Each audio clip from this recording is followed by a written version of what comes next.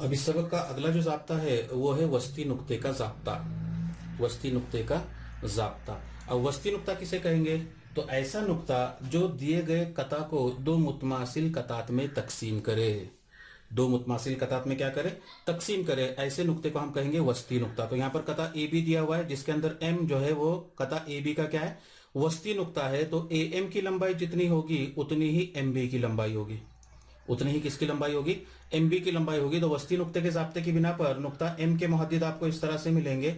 ठीक है, इसके अंदर हम हिस्से के ज़ाब्ते का भी इस्तेमाल करके आप लोग ये ज़ाब्ता साबित कर सकते हैं। ज़ाब्ता बिल्कुल आसान है। x1 जमा x2 बटे 2 कॉमा y1 जमा y2 बटे 2। ठीक है, यहां पर सिर्फ क्या करना है तुम्हें, जो निस्बत लेना है वो एक को एक की निस्बत लेना है, एम निस्बत लेना। और उसके बाद में जो हिस्से का ज़ाब्ता है उसमें एम के मुहद्दिद ज़ाब्ते में कीमतें रखेंगे, एम की कीमत 1 और एन की कीमत 1, तो तुमको ये वस्ती नुक्ते का ज़ाब्ता वहां पर मिल जाएगा। ठीक है, तो ये ज़ाब्ता तुमको याद में रखना है कि अगर ए के मुहद्दिद x1 y1 और बी के मुहद्दिद अगर x2 y2 है तो हमें नुक्ता एम के मुहद्दिद यानी उसके वस्ती नुक्ते के मुहद्दिद जो है इस ज़ाब्ते से मिल जाएंगे। ठीक है, तो अब वो किस तरह से उसकी मिसालें हल करना है वो हम देखेंगे। यहाँ पर मशकी सेट 5.2 की मिसाल इस तरह से है कि नुकात 22,20 और 0,16 को मिलाने वाले कता के वस्ती नुक्ते के मुहद्दिदीन मालूम कीजिए। ठीक है, वस्ती नुक्ते के। तो हम फर्ज करते, पहले नाम देते कता को। तो फर्ज करे पहले नुक्ते के मुहद्दिद को मैं ए ले लेता हूं। फर्ज करे ए बराबर 22,20, हाँ, बी बराबर 0,16। ठीक है, उसके बाद मैं फिर फर्ज करता हूं। फर्ज करे कि नुक्ता एम, फर्ज करे नुक्ता एम कता ए बी को, कता ए बी का वस्ती नुक्ता है। क्या है वो? वस्ती नुक्ता है। ठीक है, अगर वस्ती नुक्ता होगा तो हम वहां पर क्या इस्तेमाल कर सकते? वस्ती नुक्ते का ज़ाब्ता इस्तेमाल करते। इसलिए वस्ती नुक्ते के ज़ाब्ते की बिना पर, ज़ाब्ते की बिना पर बिल्कुल आसान ज़ाब्ता है। एम बराबर, एम के मुहद्दिद मिलेंगे हमें, ज़ाब्ता x1 जमा x2 बटे 2 कॉमा y1 जमा y2 बटे 2। पहले नुक्ते के मुहद्दिद को x1 y1 लेते, दूसरे नुक्ते के मुहद्दिद को x2 y2 ले लेते। ठीक है, बराबर x1 की कीमत 22 जमा x2 की कीमत 0 बटे 2 कॉमा y1 की कीमत 20 जमा y2 की कीमत 16 बटे 2। ठीक है, तो कितनी आएगी कीमत? ये 22 बटे 2 कॉमा ये दोनों की जमा करेंगे तो 36 बटे 2। मुख्तसर कर दो इसको, 2 1 का 2, 2 1 का 2, 2 1 का 2, 2 1 का 2, 1 बचा, 2 8 16। तो नुक्ता एम के मुहद्दिद मिलेंगे 11,18। ठीक है, तो इस तरह से, इसलिए वस्ती नुक्ते के मुहद्दिद, इसलिए वस्ती नुक्ते के मुहद्दिद कितने होंगे? 11,18 है। तो इस तरह से जो है ये मिसाल को क्या करना था, हमको हल करना था। कुछ दिक्कत है इसके अंदर? बोलो। नहीं? अब अगली मिसाल इस तरह से है कि कता ए बी दायरे का कुतर है और नुक्ता पी दायरे का मरकज है। अगर ए के मुहद्दिद 2, नफी 3 और पी के मुहद्दिद नफी 2, 0 हो तो बी के मुहद्दिदीन मालूम कीजिए। तो उसकी मैंने यहाँ पर शक्ल इस तरह से बनाया हूं कि पी दायरे का मरकज है और ए बी दायरे का कुतर है। ठीक है, और हमें नुक्ता बी के मुहद्दिद मालूम करना है। तो फर्ज करते हैं हम लोग कि बी के मुहद्दिद है XY। ठीक है, चूंकि पी दायरे का मरकज और ए बी कुतर है इसलिए नुक्ता पी क्या होगा?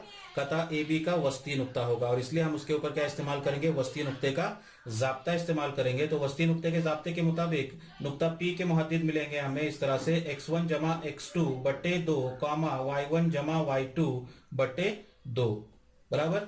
अब यहाँ पर ए के मुहद्दिद को हम लेंगे x1 y1, बी के मुहद्दिद को लेंगे हम लोग x2 y2।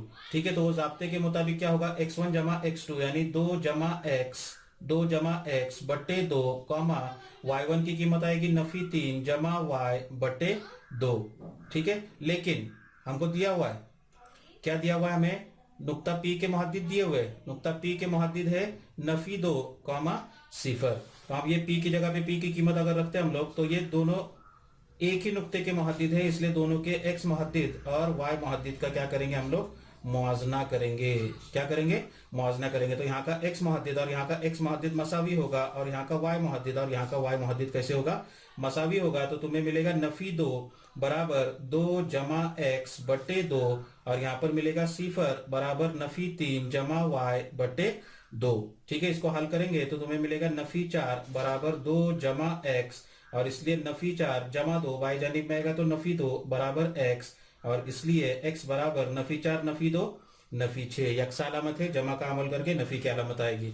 ठीक है, यहाँ पर तिरछा जरब करेंगे तो 2 को सीफर से जरब होगा, जवाब आएगा सीफर बराबर नफी 3 जमा y, और ये नफी 3 बाई जानिब में आएगा तो जमा 3 बराबर y, और इसलिए y बराबर 3, और इसलिए फिर नीचे लिखेंगे, इसलिए नुक्ता b के मुहद्दिद क्या होंगे, नफी 6,3 है।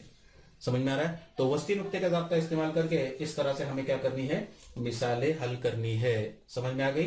तो ये 2 तरह की मिसालें जो है तुम्हारी किताब के अंदर दी हुई है, आप लोग इसकी अच्छी तरह से क्या करेंगे, मश्क करेंगे। अगला जो ज़ाब्ता है वो है हिंसी मरकज का ज़ाब्ता। अब हिंसी मरकज किसे कहेंगे? देखो 8वीं जमात में आप लोगों ने मुसल्लस की खुसूसियत पढ़े है कि अगर एक मुसल्लस दिया गया है तो और उस मुसल्लस में हम 3 वस्तानिये खींच सकते।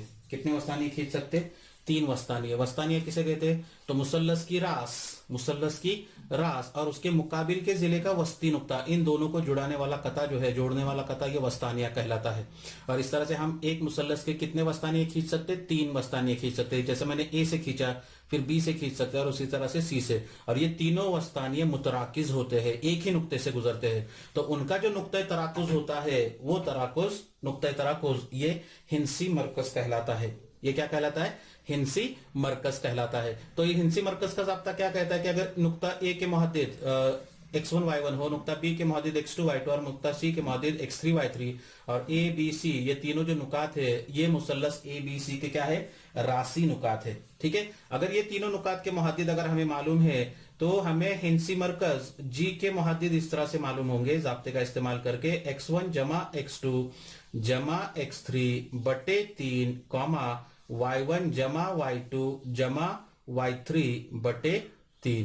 तो ये ज़ाब्ते का इस्तेमाल करके हम क्या कर सकते हैं, हिंसी मरकज के मुहद्दिदीन मालूम कर सकते हैं। तो इस ज़ाब्ते को कहते हैं हिंसी मरकज का ज़ाब्ता। ठीक है, अब मशकी सेट 5.2 की कुछ मिसालें देखेंगे।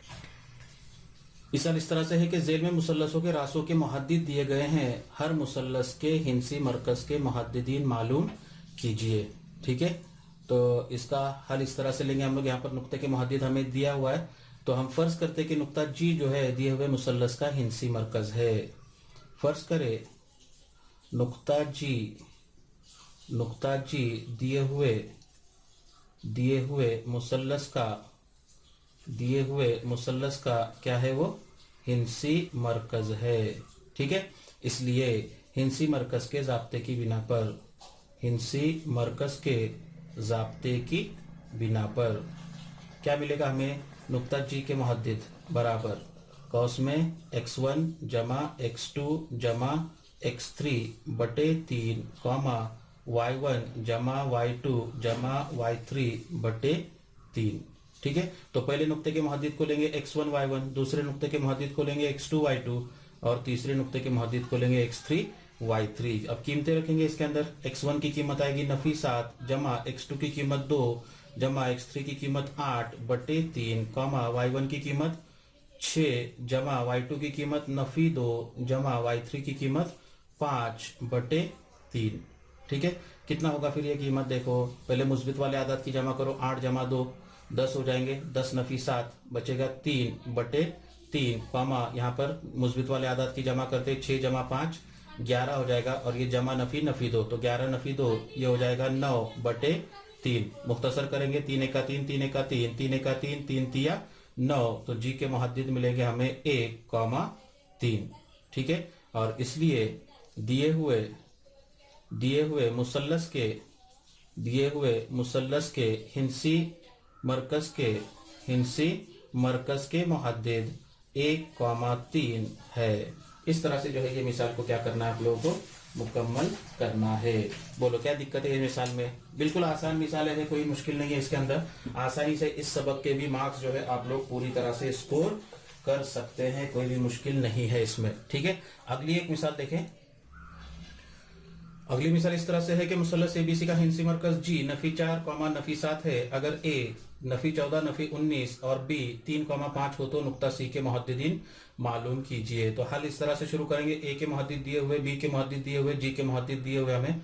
ठीक है ना, तो फर्ज करें कि सी के मुहद्दिद बराबर एक्स वाई, सी के मुहद्दिद बराबर एक्स वाई। तो ये हमारा होगा पहले नुक्ते के मुहद्दिद x1 y1, मुसल्लस की रास मुसल्लस ABC है तो रास A के मुहद्दिद x1 y1 लेते, रास B के मुहद्दिद x2 y2 लेते और रास C के मुहद्दिद x3 y3 लेते। और इसलिए हिंसी मरकज के ज़ाब्ते की बिना पर, इसलिए हिंसी मरकज के ज़ाब्ते की बिना पर क्या मिलेगा हमें, नुक्ता G के मुहद्दिद मिलेंगे। G बराबर ज़ाब्ता है x1 जमा x2 जमा x3 बटे 3 कॉमा y1 जमा y2 जमा y3 बटे 3 बराबर।